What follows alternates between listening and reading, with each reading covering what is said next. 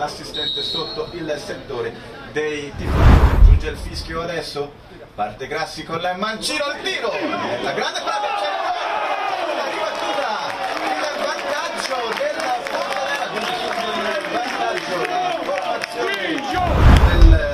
Montelera, un po' a sorpresa questo calcio di punizione battuto da Grassi. Proprio Sarno col sinistro con i pugni, Biggeri, ma ancora il Padova alla conclusione, ribattuto del portiere Raffini. Torna da Grassi, col mancino Grassi va alla conclusione, la palla da Merelli proprio sui piedi. Attenzione, tanto il colpo di testa dalla difesa, adesso c'è un lancio lungo, il cross nel mezzo, a cercare la linea, uscita di Biggeri, non è delle migliori, poi di dentro a cercare Spinozzi che se ne va, entra in area Spinozzi, palla da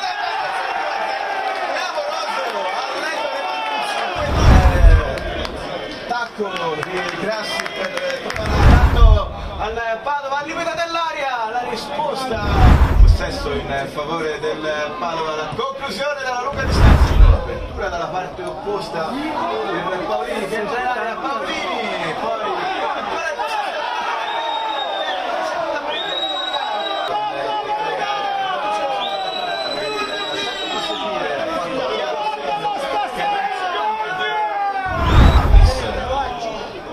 Fabris, pallone nel mezzo, la grande parata di Biggeri, batte e ribatti, alla fine in qualche mezzo mette fuori la difesa, poi il lancio lungo di Mandorlini. Via! Sì, attenzione, Cisco che entra in area, Cisco, l'uscita tempestiva di Biggeri per Lanini, al limite dell'area Lanini con il destro il gol del Padova, il 2-1. È arrivato dopo vari tentativi, ha utilizzato lo svantaggio.